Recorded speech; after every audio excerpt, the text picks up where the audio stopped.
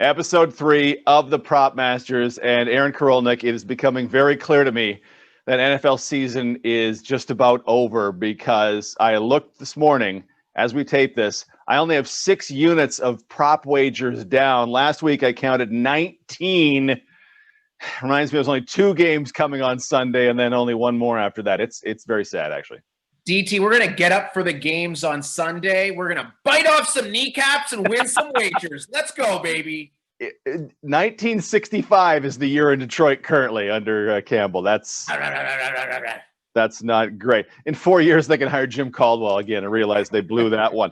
Let's start with the AFC, the sexier to me of the 2 games, Kansas City and Buffalo. Current line, Kansas City -3.5, -105 at Bodog. I am the cock of the walk because I have Kansas City at -2.5. Obviously, passing that 3 is fantastic. Tell me what you think this game is most about. Well, I don't think Kansas City is all that good, especially relative to what they were in the past. And I know it's a shocking proclamation, DT, but keep in mind, in the last 9 games, KC is 1-8 against the spread. That's significant because in those 9 games, their point differential only +2, and their turnover margin negative. This is not the same Kansas City team we've seen in the past. Buffalo's a machine. They are 6-0 this year against top 10 defenses. KC's the 21st ranked defense in the NFL. Buffalo averaging 35 a game against those top 10 defenses. 40 plus coming for Buffalo, a win and a cover. See, I think you're including the Week 17 Chad Henne game in that Kansas City slander. And that, to me, does not count. This is a team that should have been 15-1, 2 full wins better than the Bills. Their quarterback has been here before. Their quarterback is less prone to the horrific mistake that Josh Allen showed earlier in the season and curbed later in the season. We're on opposite sides of this one. I would honestly take Kansas City at -3.5, -105. I'm very glad, obviously, to have them at -2.5. But you are all Buffalo, hey? Yes, and I understand. I understand the history with KC. It's indisputable. But they haven't won a game by more than 6 points since Week 8. Yeah. This is just not that prolific team that we saw in years past. And I think that's going to continue against a Buffalo defense that's more than capable. I think it's going to be a close game, a shootout, but I think it's a game ultimately Buffalo emerges with a W. Yeah, I just hope one of the teams gets down 14 early because then that real shootout is going to take place, and that is going to be a ton of fun to watch. In the NFC, it is Green Bay -3.5, -115 against Tampa. We talked about this in the last episode. When I watched Tampa last week, I came away just unimpressed with virtually everything. If not for noodle-armed and washed-up Drew Brees and 3 interceptions and the defense putting them in amazing field position, there wasn't a ton from the Tampa offense. And now no Antonio Brown. And how healthy is Mike Evans? I just don't think Tampa can roll with Green Bay in this one. And you can say 38-10, and I can say that was 13 weeks ago, whatever it was. I just think I was on this one immediately at Green Bay -4. It's actually gone less than that. I just don't see how Tampa sticks with Green Bay in this one. And you mentioned the 38-10, DT, that, of course, happening in week 6, where Green Bay got out to a 10-0 lead, and Tampa put up 38 straight points and just smashed the Packers. Aaron Rodgers, his worst game of the season by a huge margin. No touchdowns, 2 picks, including a pick 6. But this is a totally different Green Bay Packers offense, man. You think about Devontae Adams, who's coming off injury in that game, his first game of the year. Alan Lazard wasn't healthy. Robert Tonyan left that game. And think about what Green Bay did to the Rams, the #1 scoring defense in the NFL last week, a team that did not allow 350 yards to any offense all season. And what did Green Bay do? Put up 425 and 32 points. The Packers are a machine. They are destined to get to the Super Bowl. And at home, Aaron Rodgers does work in the playoffs. 4-2-1 against the spread. I think the Pack win, and they cover the 3.5. So we are in agreement on that one. All right. Let's do the props, and we'll start with quarterbacks. AK, give me your quarterback prop for Conference Championship Week.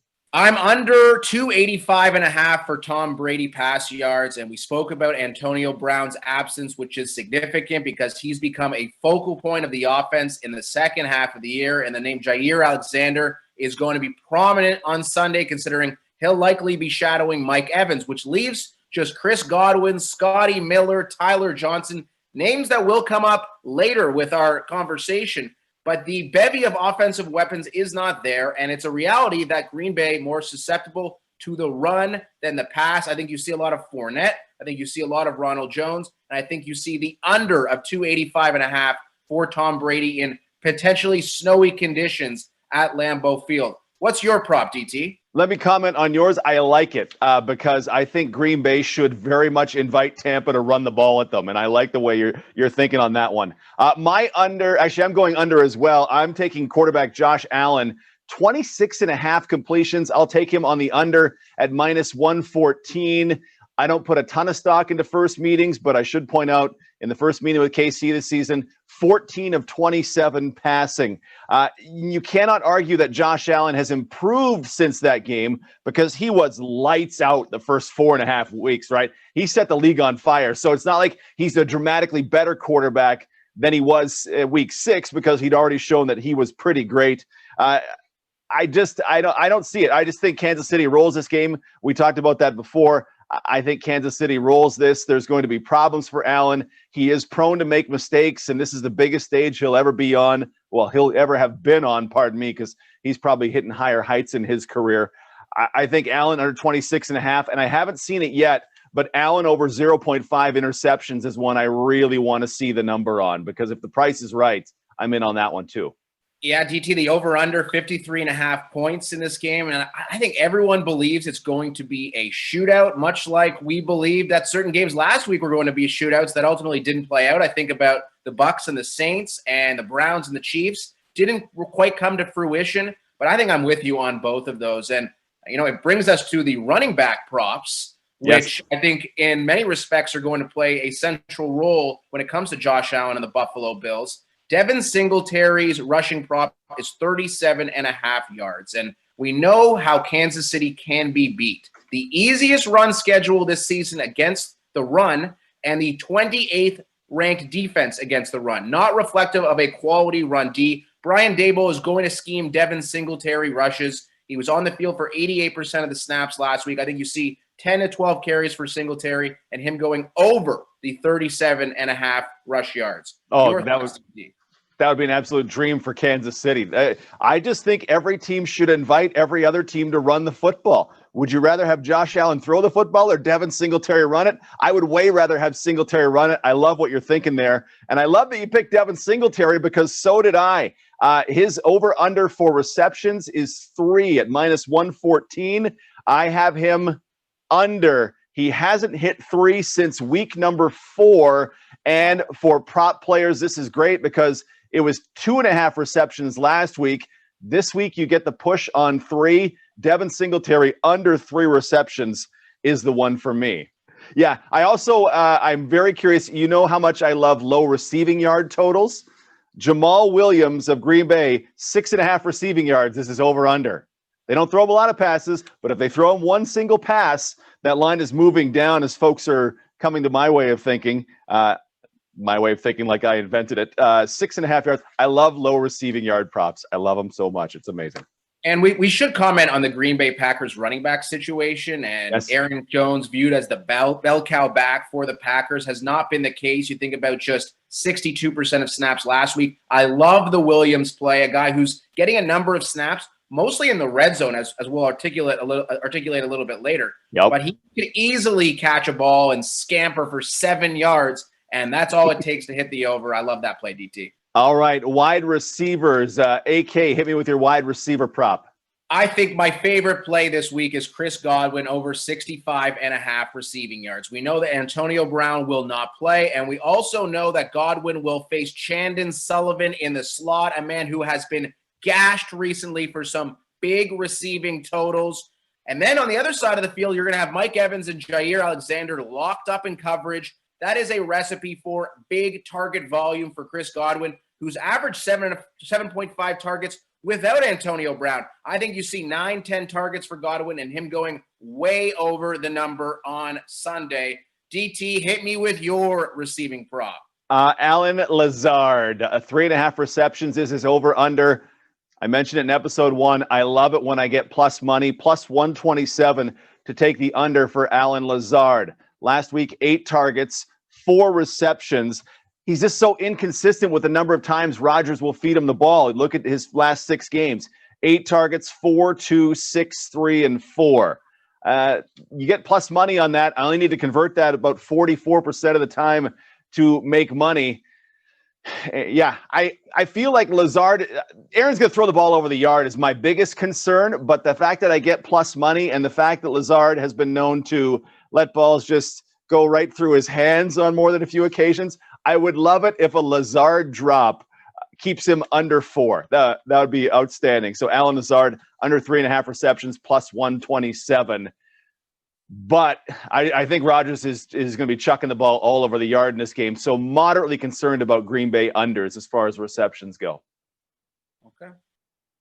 All right, let's go on. We have first time and any time. You can pick your player to score a touchdown, the first touchdown, the last touchdown, and anytime touchdown. You have, what is it, a Buccaneer that you're eyeballing for this one?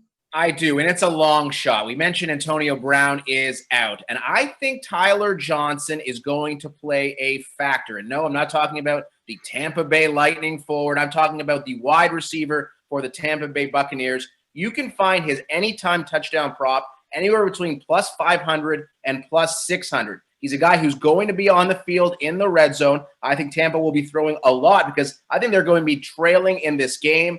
And the reality is Tyler Johnson is as good a lottery ticket as you're going to find on an anytime TD because he could be soaking up a lot of the snaps that Antonio Brown would have had otherwise. That's my long shot anytime TD play. What do you got? I like it. I also am curious about Scotty Miller, right? Who's going to get those snaps? Scotty Miller is plus 340 for an anytime touchdown. He came into last week's game, made a catch, but his targets have gone down and his time has gone down dramatically. My long shot, and bear with me here, Jamal Williams to score at least 2 touchdowns goes off at plus 1,100. You think, wow, 2 touchdowns is a lot. 2 touchdowns is a lot. Absolutely, it's a lot. Here's why I think there's at least some value in a plus 1,100 bet. Williams had 12 carries in the game last week against the Rams. 6 of them came in the red zone. 4 of them came inside the 10-yard line. If instead of getting stopped at the 1-yard line, Jamal Williams pumps it into the end zone, okay, all of a sudden I'm feeling pretty good. And just by the way, Jamal Williams to score at least 3 touchdowns is plus 7,900. If anybody's got the guts to go 3 touchdowns at plus 7,900, definitely let us know at Aaron_Korolnek and at DT on SC because I want that one to come through. I just think touchdowns are totally an opportunity stat. And if you're getting 4 carries inside the 10 last week, if that continues this week, just one minor thing needs to go right, and I'm going to be rich. Well, to score 4 touchdowns, Jamal Williams is, no, I don't know about that. But I don't think you should be betting that. But clearly Matt LaFleur and that Packers offense trust Jamal Williams in the red zone. And that's all. You're absolutely right when you say it's all about opportunity. And clearly the Packers are giving Williams that opportunity inside the 10. That's all he needs. I think there's a lot of merit to that idea, TT. Creative, smart. Yeah, they're all long shots, right? Like 11 to 1. There's a 9% chance I'm wagering that this happens. I don't know. It's more about bragging rights, right? You want to be the one who says, hey, remember when? But for a half a unit, I can play with that. So overs, unders, props. Kansas City, we're fighting on Kansas City and Buffalo. I think that may be geography related for you, though, brother. Maybe a little bit, but the Bills Mafia, I got to jump through a table on Sunday night. If that's what I need to do, then that's what I'm going to do. So let's roll with that. I love it. Subscribe to us on YouTube. Follow us at Aaron_Korolnek, at DT on SC. We're on Instagram as well.